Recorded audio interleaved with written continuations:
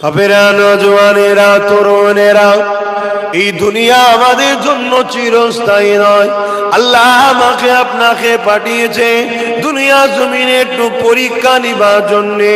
এই পরীক্ষায় আপনি যদি আল্লাহর প্রেমের পরীক্ষাতে পাশ করতে পারে, তাহলে পরকালে আল্লাহ পাক আমার আপনার জন্য চিরশান্তির জান্নাত রেখেছে।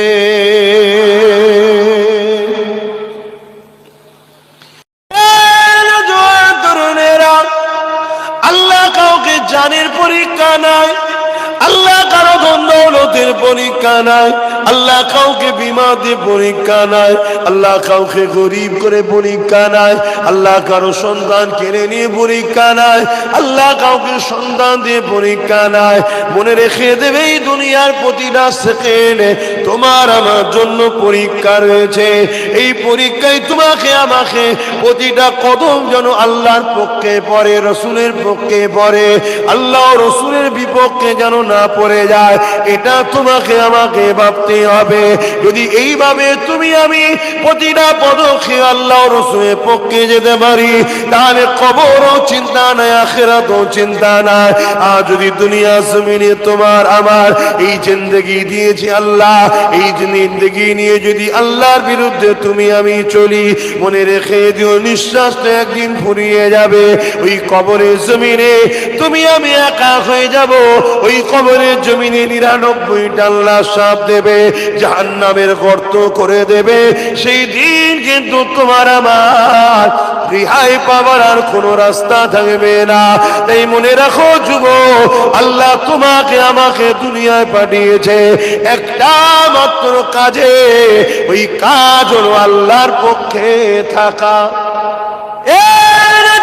তরুণেরা, কিন্তু আজ আমাদের এত দুরবস্থা কেন? কেন আমরা ইসলাম থেকে এত দূরে সরে গেছি? কারণ হলো এটাই, আমরা ইসলামকে সহজে পেয়েছি, এই জন্য ইসলামের উপরে আমাদের গুরুত্ব বড় কম হয়ে গেছে। কিন্তু আজকে যদি আমরা সাহাবা হুজুরদের মতো কষ্ট করে ইসলামকে পেতাম, ওলিয়া উলিয়াদের মতো কষ্ট করে ইসলামকে পেতাম, তাহলে ইসলামের গুরুত্ব আমার আপনার কাছে অনেকটা হতো। মনে রাখবেন, এই ইসলাম আমডাঙ্গাতে এমনি এমনি চলে আসে না গো। এই ইসলামকে রুখার জন্য আজ যেমন একদল লোক বেরিয়েছে, কেউ কখনো বলছে ইসলামে নাকি রেপ করাটা ভালো, আবার কখনো বলছে কোরআনে নাকি ভুল রয়েছে। কেউ মুসলমানদেরকে হত্যা করছে, কেউ মসজিদ ভাঙছে, কেউ মাদ্রাসা ভাঙছে। এটা তো সামান্য দেখছে, এর আগে ইসলামের উপরে হাজারো জুলুম অত্যাচার হয়েছে। মনে রাখবেন, আমার নবীর প্রিয় সাহাবাগুলোকে ধরে ধরে ধরে ধরে শুলির ওপরে চাপিয়ে দিয়ে জালিমরা হত্যা করেছে। কিন্তু সাহাবা হুজুররা জীবন দিয়ে দিয়েছে, তথাপি আল্লাহ রসুলকে ছাড়েনি। কলেমার বাণী, তাওহীদের বাণী, রিসালাতের বাণী, ইনসাফের বাণী, মানবতার বাণী, মানুষের অধিকারের কথা, গরিব দুঃখীদের অধিকারের কথা, সত্য কথা, আল্লাহর কোরআনের মেসেজ তোমার আমার কাছে তারপরে সে পৌঁছেছে।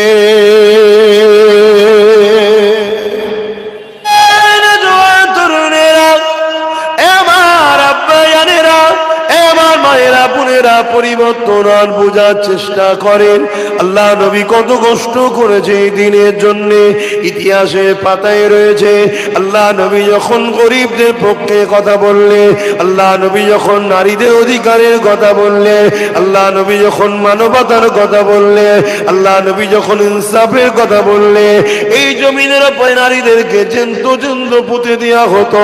আল্লাহ নবী বললেন না, তাদেরকে পুঁতে দিও না, কারণ নারী অশুভ নয়। আল্লাহ নবী জানিয়ে দিলেন, কারো ঘরে যদি প্রথম কন্যা সন্তান হয়, এর মানে ওই নারীর বাবাকে মহান আল্লাহ নারী পাঠিয়ে জান্নাতের খবর দিয়ে দিয়েছে। আল্লাহ নবী আরো জানান, কারো ঘরে যদি একটা নারী হয়, এক একটা নারী এক একটা জান্নাত। আল্লাহ নবী আরো জানান, কারো ঘরে যদি দুটো কন্যা সন্তান হয়, ওই দুটো কন্যা সন্তানকে ওই বাপ যদি লালন পালন করে তার বিবাহ নেকা দিয়ে দিতে পারে, আমি রাসূলুল্লাহ জানিয়ে দিই, কিয়ামতের দিন ওই বাপকে শাফাআত করে আল্লাহর জান্নাতে নিয়ে যাব। আল্লাহ নবী আরো জানায়, কোন বাপ যদি তিনটে কন্যা পায়, ওই তিন কন্যা সন্তানকে বাপ যদি নারাজ না হয়, মন বেজার না করে, খারাপ না মনে করে, আল্লাহ দিয়া নিয়ামত করে স্নেহ মমতা ময়া দিয়ে ওই তিন কন্যাকে লালন পালন করে ওই বাপ যদি তাদের বিবাহ শাদী দিয়ে দিতে পারে, আল্লাহ নবী দুটো আঙুল তুলে দেখিয়েছে, যেমন পাশাপাশি রয়েছে ওই তিন কন্যার বাবার, আমি রাসূলুল্লাহ আল্লাহ জান্নাতে পাশাপাশি থাকিব। মুসলমান ঘরে ছেলে মেয়েরা, তরুণেরা, বাপেরা, এটা তো আমাদের জন্য বড় লজ্জা। ইসলামের মতো পবিত্র ধর্ম, যে ধর্ম নারীদেরকে এত সম্মান দিয়েছে, এত স্নেহ করেছে, আল্লাহ নবী নূহ নবী জানিয়ে দিলে, কেউ যদি মায়ের জাত নারীদের উপরে জুলুম করে, রেপ করে, আমি রাসূলুল্লাহ জানিয়ে দিই, তাকে গলা পর্যন্ত পুঁতে পাথর মারতে মারতে হত্যা করে দাও। কেননা মায়ের জাতকে যে সম্মান জানাতে পারে না, ওই পুরুষটার পুরুষ না, ও সুরাতে সকলে পুরো, কিন্তু দুপায়ে হিংস্র পশু হয়ে গেছে, ওর বেঁচে থাকা সমাজের কোনো অধিকার নাই। কেন এত গাফলতি? একটাই কারণে, জন্ম নিয়ে দেখেছি বাপ মুসলমান, মা মুসলমান, ভাই মুসলমান, এলাকার মসজিদ আজান হতে লেগেছে, এলাকায় মাদ্রাসা রয়েছে, আলেম উলামা রয়েছে, দিনের মাহফিল হতে লেগেছে, এই সহজে আল্লাহর দ্বীনকে পেয়ে গেছি, এই জন্য আজ আমরা এত গাফলতি করছি। অথচ সেই দিন আমার আপনার কাছে আসতে গিয়ে কত মায়ের কোলকে খালি হতে হয়েছে, কত বাচ্চাদেরকে শহীদ হতে হয়েছে, কত মায়েদেরকে বিধবা হতে, ইতিহাসের পাতা সাক্ষী দেয়। এক সময়তে বলতে লাগলেন, বাবা সাহাবারা, ইসলামের দুশমনেরা বিশাল বাহিনী তৈরি করেছে, মদিনার উপরে হামলা করে মুসলমানদেরকে শহীদ করে দেবে, তারা ইসলামকে মিটিয়ে দিতে চাইছে। যেমন আজকে দিনে সব এক হচ্ছে তোমাকে আমাকে মিটাবে বলে, কিন্তু তোমার আমার কিন্তু কোনো খেয়াল নাই। আল্লাহ নবীর কথা শুনে সাহাবা হুজুররা চলে গেলেন, যার যা রয়েছে আমার রাসূলুল্লাহর কদমে এসে দিতে লাগলেন।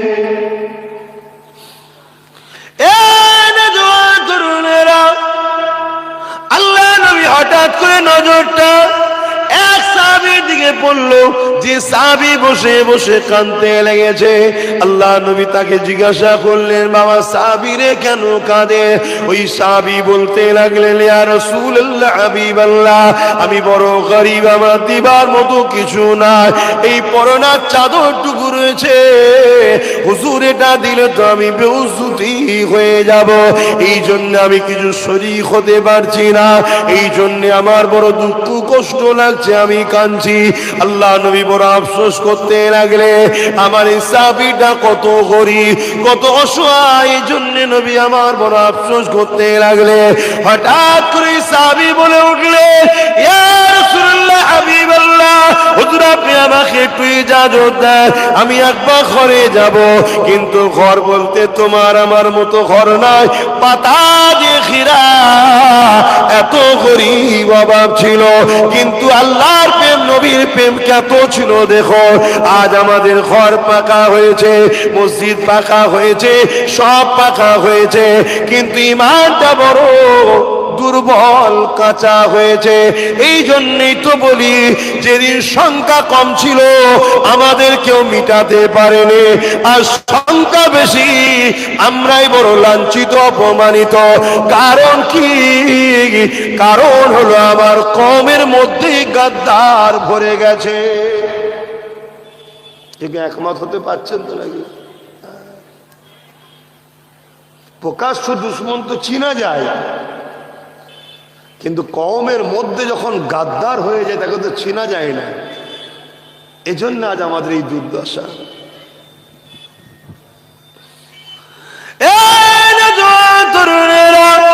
আল্লাহ নবী সাহাবী ঘরে চলে গেলেন, ওই পাতা দিয়ে খিরা করে বাইরে গিয়ে ডাক দেয় বাসির। একটা ছোট্ট ছেলে বেরিয়ে এলো, আল্লাহ নবী সাহাবীকে জড়িয়ে ধরল আব্বা জান বলে। অর্থাৎ বাসির এই সাহাবীর সন্তান ছিলে। বাপ এমন করে বাচ্চাকে আদর করতে লাগে, হঠাৎ করে চোখ দিয়ে পানি বেরিয়ে বেরিয়ে ওই বাচ্চার মাথায় পড়তে লেগেছে। এই দৃশ্যটা দেখে বাচ্চা মাথা তুলে বলে, কেন আব্বা জান আপনি কাঁদতেছে? আপনি আমাকে মহব্বত করে ভালোবাসেন জানি, কেন এই জমিনের উপরে আমার আব্বা জান নাই, এই জমিনে আমার আম্মা জান বেঁচে নাই, আমার আম্মা ইন্তেকাল হয়ে গেছে, এই জন্য আপনি আমাকে বড় আদর পেয়ার করে। কিন্তু আব্বা জান আজকে কান্নার কারণটা কি? আল্লাহ নবীর ওই সাহাবী তখন বলতে লাগলে, বাবা বাসির, আল্লাহ নবী দিনের জন্য মাল চেয়েছিল, কিন্তু আমি তোমার বাপ বড় গরীব, আমার দিবার কিছু নাই, এই জন্য বাবা আমি চিন্তা করেছি আল্লাহ দিনের জন্য আমি আমার জানটাকে ওইখানে দান করে দেব।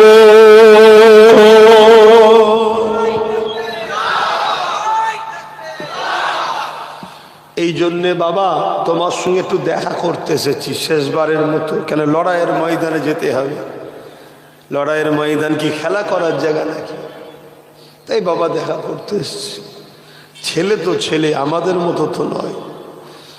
হযরতে বাসির চোখের পানি মুছেলে বলছে, আব্বা এই মহান কাজে দেরি করেন না, আপনি তাড়াতাড়ি যান, যে আল্লাহ রসুলের কাছে আপনার নামকে লিখে দেন। জোরে বলুন সুবহানাল্লাহ। কেন? কেননা সাহাবী জানি দুনিয়া তোমার আমার জন্য চিরস্থায়ী নয়। বাপ একদিন চলে যাবে, কবে কবে কেউ জানে না, কিন্তু রাসূলুল্লাহ দিনের জন্য যদি যায় শহীদের মরণ হয়ে যাবে। কিয়ামতের দিনে আমি বাসি আল্লাহ পাকের কাছে বলতে লাগবো, ও রব্বি আল্লাহ পাক, আমার মা ছিল না, বাপ দিনের জন্য যেতে চেয়েছিল, আমি বাসির কিন্তু আব্বাকে রুখে দিইনি, আপনার দিনের জন্য বাপকে ছেড়ে দিয়েছিলাম। কিয়ামতের দিনে শহীদের বেটা হয়ে উঠব। আর যদি আপনি বিজয় হয়ে গাজী হয়ে আসে, কিয়ামতের দিনে গাজী সন্তান হয়ে উঠব।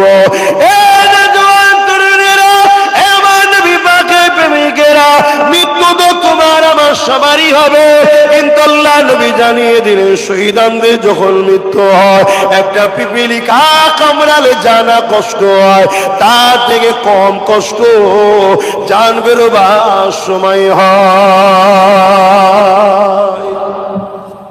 শহীদানের দরজা কতটা, শহীদদের মর্যাদা কতটা, শহীদদের সম্মান কতটা। কিয়ামতের দিন শহীদদের ঘরে যে অবস্থায় শহীদ হয়েছে অবস্থায় উঠানো হবে, আল্লাহ পাক তাদেরকে বেহিসাব জান্নাত দেবে। সবাই যখন জান্নাতে চলে যাবে, আল্লাহ পাক সবাইকে লক্ষ্য করে সালাম দেবে।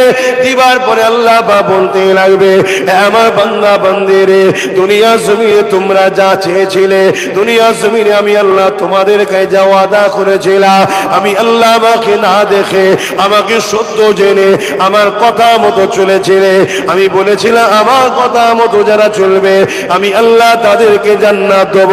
জান্নাতের বিবরণ তোমাদেরকে জানানো হয়েছিল। আমার বান্দা বান্দীরে, দুনিয়ার জমিনে তোমরা অনেক কষ্ট করেছো আমার জন্য, দুনিয়ার জমিনে অনেক লড়াই করেছো আমার জন্য, দুনিয়ার জমিনে অনেক বাধা বিঘ্ন আসার পরও তোমরা আমি আল্লাহ আমাকে ছেড়ে দিওনি। আমার বান্দা বান্দিরে, বলো তো দেখি আমি আল্লাহ যা ওয়াদা করেছিলাম এই ওয়াদা পূরণ করেছি? তোমরা কি আমার জান্নাত পেয়ে খুশি, না দুনিয়াতে আবার যেতে চাও? ওই সময় তারা বলতে লাগবে, ও রব্বি আল্লাহ, আপনার জান্নাত এত সুন্দর আমরা শুনেছি করেছিলাম কিন্তু কল্পনা করতে পারিনি এই সুন্দর জায়গা ছেড়ে আমরা কখনো আর দুনিয়াতে যেতে চাই না। দুনিয়া থেকে জান্নাত অনেক সুন্দর, দুনিয়ার সাথে তুলনা চলে না। জান্নাত এত নিয়ামতের জায়গা। ওই সময় একদল যুবক দাঁড়িয়ে যাবে, দাঁড়িয়ে গিয়ে বলতে লাগবে, ও রব্বি আল্লাহ, আমরা দুনিয়ার জমিনে যেতে চাই।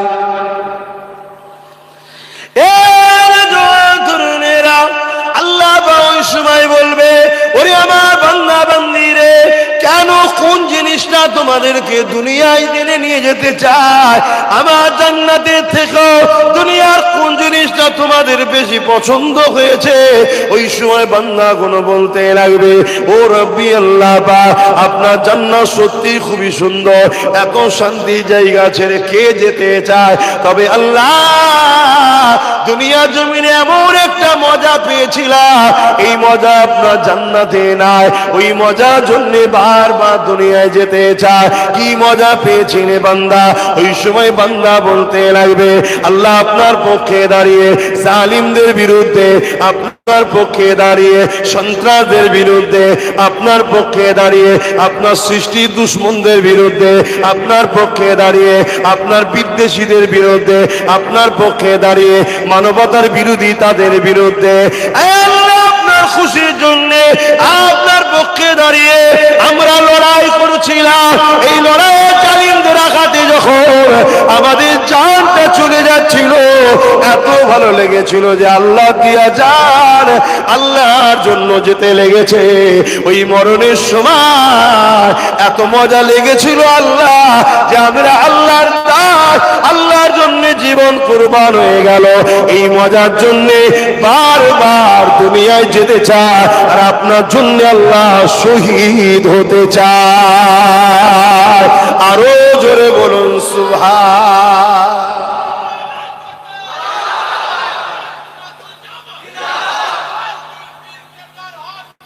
জিন্দাবাদ, আল্লাহ।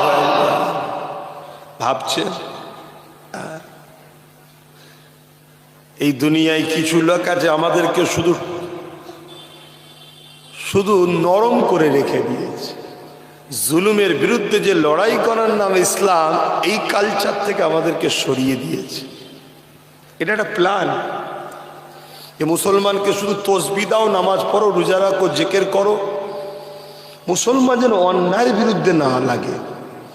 এটা ব্রিটিশরা চক্রান্ত করে খুলেছে, সেই দিন থেকে চলে প্রায় 100 বছরের পরিকল্পনা এটা। আর 100 বছর আগে দেখুন আমাদের হাতে দুনিয়া ছিল, সুলতান আব্দুল হামিদ সাহেব নেতৃত্ব দিত। এই 100 বছর ধরে আমাদেরকে এক শ্রেণীর মানুষ গুমরা করে দিয়েছে। শুধু নামাজ দিয়েছে, তসবিহ দিয়েছে, বাবা আল্লাহ আল্লাহ কর, আল্লাহ আল্লাহ কর, আল্লাহ আল্লাহ কর। ইসলামে শুধু নামাজ আছে, আর কিছু নেই। হ্যাঁ, আজান হচ্ছে,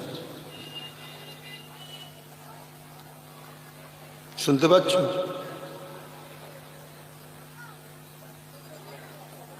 বলবে, হয়ে গেলে বলবে।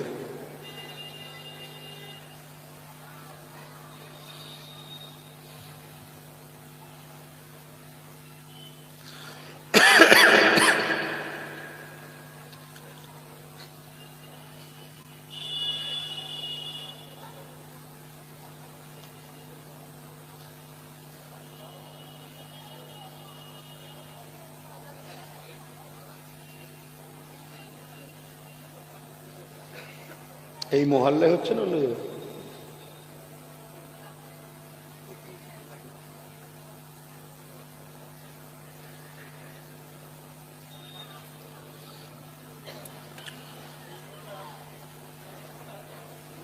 কমিটি কারা? তোমাদের মহল্লায় আজান হচ্ছে, তাহলে সেটা তো বলবে। মহল্লার হককে আদায় করতে হবে। দরুদ শরীফ আল্লাহুম্মা সাল্লি আলা।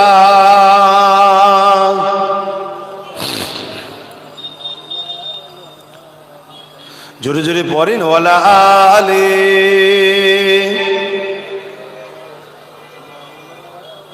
এসব ইমানের দুর্বলের লক্ষণ। এই যে লক্ষণ ইমানের দুর্বল, আমি বেঈমান বলবো না, ইমান আছে আশা রাখছি, কিন্তু দুর্বল। অনেক সময় দেখবেন মোবাইল অন থাকে কিন্তু ফোন লাগাচ্ছে, ফোন লাগছে না, কেন? ব্যাটারি এত চার্জ কম, ফোন যাচ্ছে না। এটা উদাহরণ দিয়ে বুঝাচ্ছি, সাধারণ মানুষ তো। ইমান আল্লাহ করে আছে, অস্বীকার করছি না, কেন? তোমাদের বাপ দাদাদের রক্তটা ভালো ছিল, তোমাদের বাপ দাদা আল্লাহ করে সব জান্নাতি মানুষ, কিন্তু তোমাদের ইমান দুর্বল হয়ে গেছে। আর এই দুর্বল হয়েছে কেন? দুনিয়ার খারাপ সোহবতে বসে বসে গানে লিখেছে, ফাংশনে লিখেছে, যাত্রায় লিখেছে, মেলায় লিখেছে, খেলায় লিখেছে, দেখছেন না? খেলা মেলালি হই হচ্ছে। এই করে করে আমাদের ইমানকে দুর্বল করে দিয়েছে। তারপরে ওই ফ্রিতে খাওয়া, ফ্রিতে বিরিয়ানি, ফ্রিতে খাওয়া, ফ্রিতে ঘুগনি মুড়ি যা পাচ্ছে খেয়ে নিচ্ছে। যে ফ্রি, যে ফ্রি, কিসের পয়সা একবারও দেখছে না। নফসকে কন্ট্রোল করো। যদি এই ভাইটাকে, বাবাজিটাকে পছন্দ হয়, কথা কোনো লাও, তারপরে আবার মদ বিক্রি করার টাকা দিচ্ছে মা বোনেদেরকে, আর এক ধ্বংস করার আলামত। আর আমি আব্বাস সিদ্দিকী বলবো, আবার আমার মতো আর এক মৌলী সাহেব এসে বলবে সব ঠিক আছে, সব ঠিক আছে, সব ঠিক আছে। কেন? ওনার তো টেবিলের তলা দিয়ে আছে।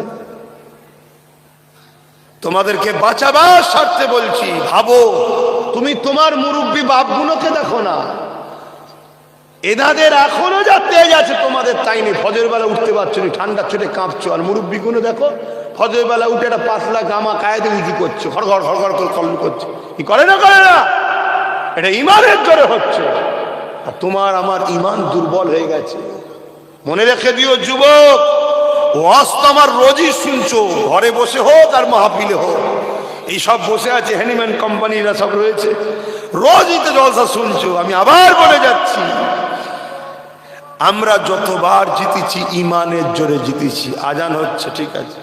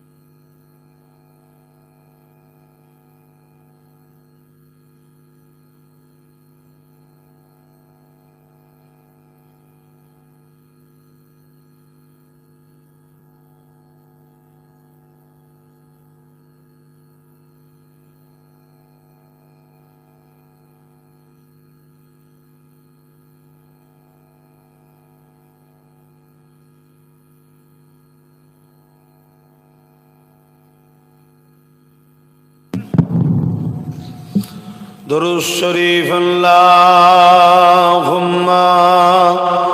सल्ली अला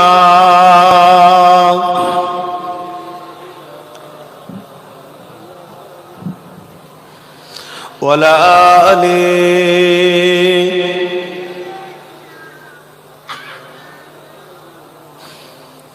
रातें भी मदीने की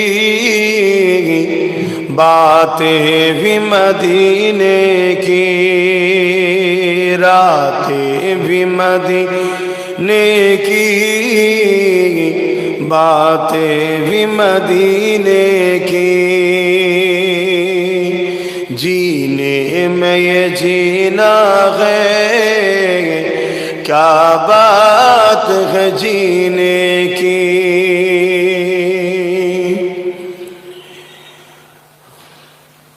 थक ना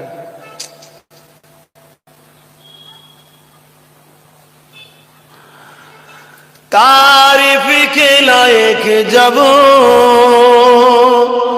अल्फाज नहीं मिलते तारीफ के लायक जब अल्फाज नहीं मिलते तारीफ करे कोई किस तरह मदीने की तारीफ करे कोई किस तरह मदीने की रातें भी मदीने की बातें भी मदीने की जीने में ये जीना है क्या बात है जीने की ओ अपने निगाहों से मस्ताना बनाते हैं ओ अपनी निगाहों से दीवाना बनाते हैं जहमत भी नहीं देते मैं खार को पीने की जहमत भी नहीं देते मैं खार को पीने की रातें भी मदीने की बातें भी मदीने की जीने में जीना है क्या बात है जीने की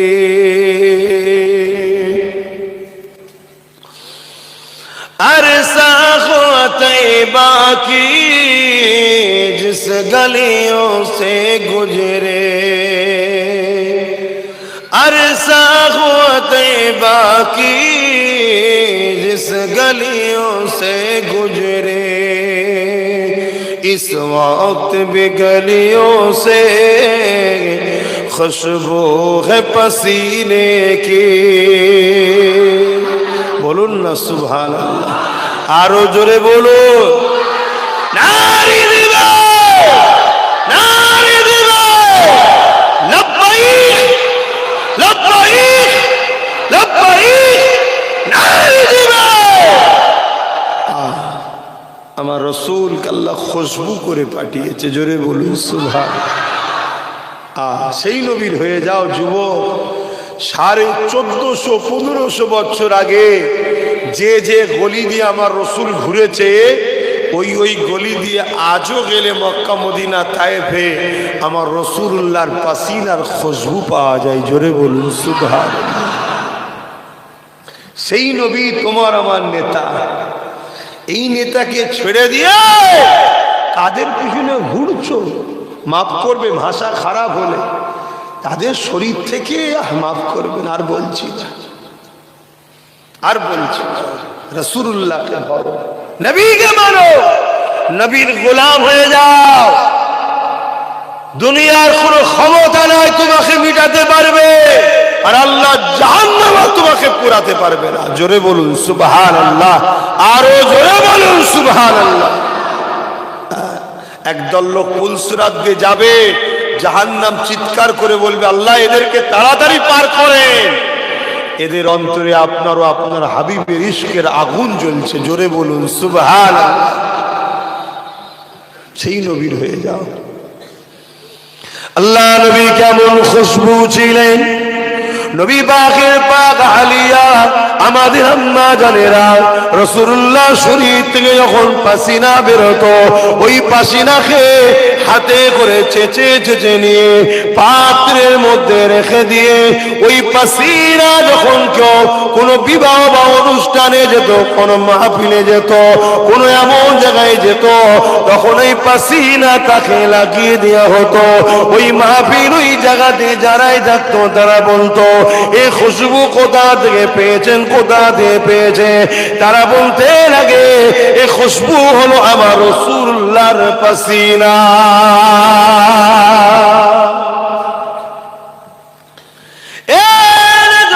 তরুণেরা, আল্লাহ আমার নবীকে কি নিয়ামত করেছে।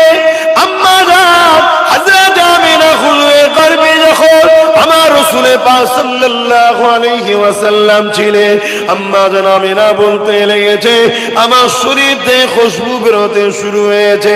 এই খুশবু যত দিন যায় চারিদিকে ছড়াতে লেগেছে এবং চতুর্দিকে চর্চা হতে লেগেছে। আমিনা এই খুশবু কোথা থেকে পায়? এই খুশবু তো মক্কার কোনো দোকানে পাওয়া যায় না। এই খবর ছড়াতে ছড়াতে ছড়াতে রাসূলুল্লাহ দাদা জান হযরত আব্দুল মুত্তালিব হুজুরের কানে চলে গেছে। আব্দুল মুত্তালিব হুজুর তখন মক্কার শাহিনশাহ ছিলেন, মক্কার সর্দার ছিলেন, মক্কার লিডার ছিলেন।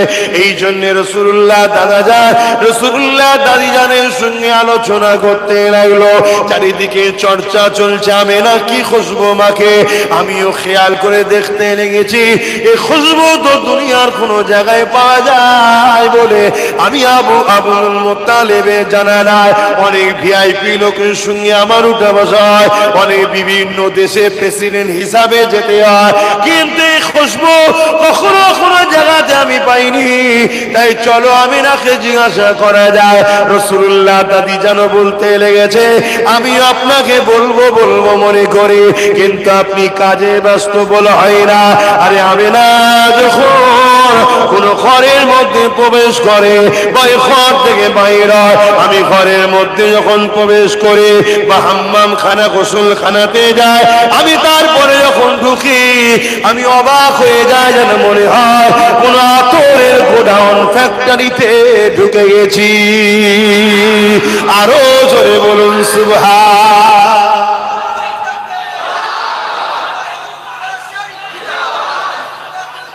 আরে আরে বলো না, হাত তুলে লাব্বাইক, বলো না লাব্বাইক লাব্বাইক। হ্যাঁ হুজুর, আমরা আছি আপনার গোলাম, আপনার জন্য। হুজুরের গোলাম হও, হুজুরের গোলাম হও। আম্মা জান আমিনা হুজুরকে ডাকা হলো। আজান হয়ে গেছে ভাই, সংক্ষেপ করবো, একটু মন দিয়ে শোনেন।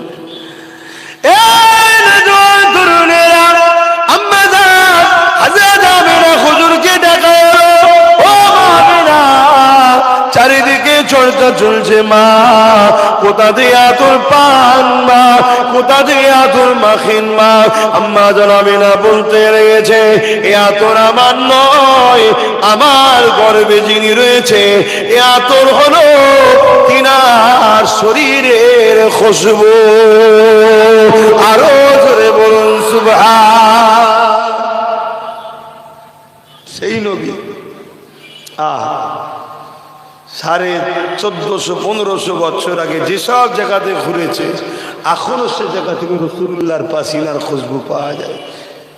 বললেন না সুবহানাল্লাহ? একটু আজকে বুঝুন, কোথা সুবহানাল্লাহ বলতে হয়, কোথা নাউজুবিল্লাহ বলতে হয়, কোথা আল্লাহু আকবার বলতে হয়। জলসা তো অনেক হচ্ছে, এগুলো ভাবুন, বুঝুন, শিখুন। এই বিষয়ে আরো একটা কথা আপনাদেরকে মনে পড়েছে, একটু বলে যায়। ইকরামা, আবু জেহেলের ছেলের নাম ইকরামা। আমার নবীর কঠিন দুশমন ছিল আবু জেহেল, আর আবু জেহেলের ছেলেও ইকরামা আমার রাসূলুল্লাহ দুশমন ছিল, বাপ বেটা নবী পাকের বিরুদ্ধে ছিল। তখন ইকরামা এবং তার বাপ আবু জেহেল। আবু জেহেল আইন করেছে মোহাম্মদ রসুলের কাছে যে যাবে তাকে মৃত্যুদণ্ড দেওয়া হবে। যেমন আজকে অনেক নেতারা আইন করে আব্বাস সিদ্দিকীকে জলসায় আনা যাবে না, আব্বাস সিদ্দিকীর কাছে গেলে চড় পাটায়, ধরে লিয়াই তাকে। কি জুলুম করে না করে না? অসুবিধে কিছু নেই। সেদিন রসুলুল্লাহর বিরুদ্ধে আবু জেহেল লেগেছিল, আজকে নবীর গোলাম আব্বাসের বিরুদ্ধে আবু জেহেলের চেলারা লেগেছে। অসুবিধে কি আছে? আপনাদের অসুবিধা আছে? আমার কোনো অসুবিধা নেই। যতদিনের জন্য আল্লাহ পাঠিয়েছে ততদিনই থাকবো। কোনো মায়ের বেটা নেই একদিন আগে নিয়ে যেতে পারে আব্বাসকে। শুনছেন নাকি? যতদিনের জন্য এসেছি, কে পাঠিয়েছে আমার? যত দিনের জন্য পাঠিয়েছে ততদিনই থাকবো। পুরো দুনিয়া যদি এক জায়গায় হয়ে যায়, 1 মিনিট আগে নিয়ে যেতে পারবে না, 1 মিনিট। এটাই হলো আল্লাহর পাওয়ার। সেই আল্লাহর উপরে ভরসা রাখো যুবক, ঘাবড়াও নি। ভুল করেছো তো চেঞ্জ হও, পরিবর্তন হও। সত্যবাদীদের দলভুক্ত হও, সত্যবাদীদের সাথ দাও। চরিত্রবান, ভদ্র, নম্র আহলে রসুল কোরআনের নেতৃত্ব মানো। কেন কোরআন বংশের ওপরে আল্লাহর একটা বরকত আছে। ইমানদার কোরআনের নেতৃত্ব মানো, আল্লাহ পাক তার বরকতে তোমাকে বিজয় দেবে। জোরে বলুন সুবহান। আমার রাসূলুল্লাহর কথা, আমার কথা না। বাবেরা, নওজোয়ান তরুণেরা, ইকরামা আবু জেহেলের ছেলে একদিন কোন এক কাজে রাস্তা দিয়ে এসেছিল, অপর দিক দিয়ে আল্লাহ নবী যেতেছিলেন। ইকরামা যখন নজরটা আমার রাসূলুল্লাহ দিয়ে পড়েছে, ইকরামা ছুটে এসে আল্লাহ নবীকে বুকে বুকে জড়িয়ে ধরেছে। যেমন ঈদের দিনে আমি তুমি কোলাকুলি করি, গলায় গলায় মিলি, ইকরামা আমার রাসূলুল্লাহর সঙ্গে ওইভাবে মিলতে লেগেছে। অথচ ইকরামা তারও সেও দুশ্মন ছিল, তার বাপও আমার রাসূলুল্লাহ সব থেকে বড় দুশ্মন। এবং আইন করেছে যে যাবে তাকে মেরে ফেলা হবে।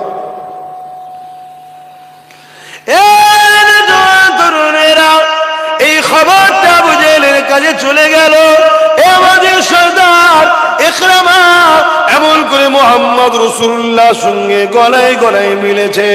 এই খবরটা শুনে আবু জেহেল রেগে গিয়ে ইকরামাকে ডাক দিয়েছে। ইকরামা, কি শুনছে না সত্য না মিথ্যা? ইকরামা বলছে, হ্যাঁ যেটা বলছেন সত্য শুনেছে। আমি বুঝতেও পারিনি মুহাম্মদ রাসূলুল্লাহকে দেখার পরে কেমন যেন একটা হয়ে গেল, আমি নিজেকে কন্ট্রোল করতে পারলাম না।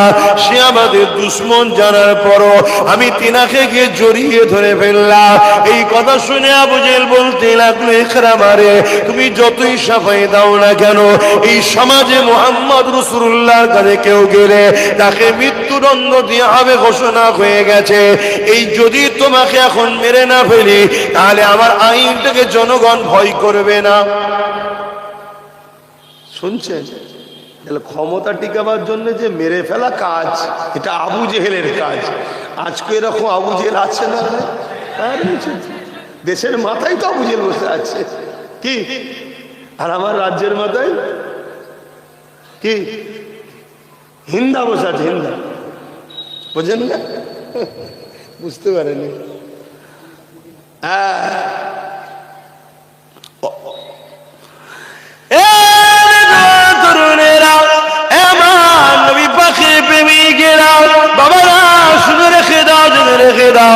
ইমান কাকে বলে? রাসূলুল্লাহকে আল্লাহ কি নিয়ামত করেছে, সেই রাসূলুল্লাহ চর্চা তো বন্ধ হয়ে গেছে। আজকে দুনিয়ার মানুষ আমার রাসূলুল্লাহ থেকে দূরে সরে যাচ্ছে। এমনি এমনি সরে যাই রে গো, আমাদেরকে সরানো হচ্ছে প্ল্যান মাপে। রাসূলুল্লাহর আলোচনাও তো বন্ধ হয়ে গেছে। এ যুবকেরা, তরুণেরা, বাপেরা, আল্লাহ নবী নূহ নবী দয়া নবীর সঙ্গে গলায় গলায় মিলার জন্য আবু জেহেল ঘোষণা ঘোষণা করে দিল তার সৈন্যদের ঘরে, আমি সর্দার আমার ছেলেকে সবার সামনে ফাঁসি দেবে, শুলিতে চড়াবে। এটা একটা কেমন অপমান সুকট লাগে, এই জন্য আমার ছেলেকে জঙ্গলে নিয়ে গিয়ে বেঁধে দাও, হিংস্র পশুরা তাকে ছিঁড়ে ছিঁড়ে খাবে। কথা মতো নিয়ে গিয়ে আমাকে বেঁধে দেওয়া হলো। এই দিকে তারা চলে আসলো, জঙ্গল থেকে চারিদিকে হিংস্র পশুরা একের পর এক আসতে লেগেছে, কিন্তু একরামা দেখতে লেগেছে ওই হিংস্র পশুগুলো আমার কাছে কেউ আসছে না, সব কিছুটা দূরে গিয়ে বসে বসে আমার মুখের দিকে তাকিয়ে রয়েছে। আমি আমার নীরবতা ভেঙে দিয়ে আমি তাদেরকে বলতে লাগলাম, এ জঙ্গলের ক্ষুধার্ত পশুরা, এ জঙ্গলের হিংস্র পশুরা, কেন তোমরা আমাকে খাচ্ছ না? আমাকে খেয়ে না। আমি মুহাম্মদ রাসূলুল্লাহর সঙ্গে একবার গলায় গলায় মিলেছি বলে আমার বাপ আমাকে মওতের মুখে ঠেলে দিয়েছে, তোমরা আমাকে খেয়ে নাও। এই কথা যখনই বলা শেষ হয়ে গেল, ওই হিংস্র পশুদের মধ্যে দেখে এক পশুর জবান খুলে গেল। সে বলতে লেগেছে, হুবহু মানুষের নাই কথা বলতে লেগেছে, একরামারে অবশ্যই তোমাকে খেয়ে নিতাম, কিন্তু তোমাকে এই কারণে খেতে পারবো না, তোমাকে খাওয়া নিষেধ হয়ে গেছে। কেন নিষেধ হয়েছে? কেননা তোমার শরীর থেকে আখরি নবী নূর নবী মুহাম্মদ রাসূলুল্লাহর খুশবু বেরোতেছে। আরো জোরে বলুন সুবহান। ইকরামা তখন কি কলমা পড়েছিল? তাহলে অমুসলিম, ইমান আনেনি, শুধু রাসূলুল্লাহকে জড়িয়ে ধরে ভাই কলাকলি করেছে। তাতে যদি জঙ্গলের হিংস্র পশুকে হুকুম হয়ে যায় খাবি না, আমার হাবিবের সঙ্গে মোহাব্বত ইজহার করেছে, শুনছেন? তখনও দুশ্মনের দিকে আছে, কলমা পড়ে নে। আল্লাহ করে তোমার আমার মন্ত্রে কলমা